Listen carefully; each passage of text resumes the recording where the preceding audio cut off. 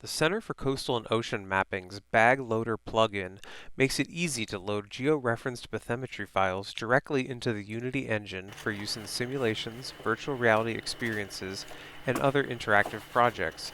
It supports the common bag file format as provided by NOAA's online bathymetric data repositories. To get started, load the plugin into your Unity project by going to Assets, Import Package, Custom Package, and then select the Bag Loader Unity package that you downloaded from our website. Click the All button, then the Import button. There should now be a Hydrographic Toolkit option in your menu bar. Here, you can select the Bag Loader tool. In the pop-up window, click Import Bag File, and select the file you wish to open.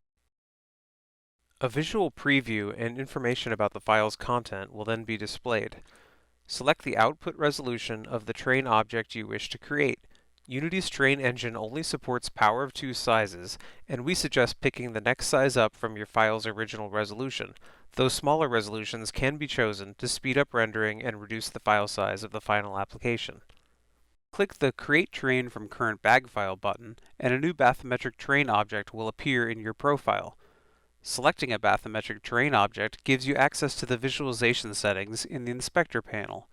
Here you're able to switch between different color map options, including smooth and stepped rainbows, as well as a draft-dependent go, no-go warning, which is useful for precision navigation visualizations. You can also add and adjust contour lines. For large multi-resolution bag files, there is an option to select an area with full resolution.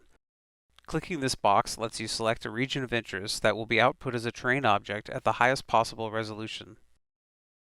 We hope that you find our tool useful for creating interactive experiences with real bathymetric data. NOAA employees and CCOM industrial partners are encouraged to reach out to us with their particular applications that may require support or modifications to this tool.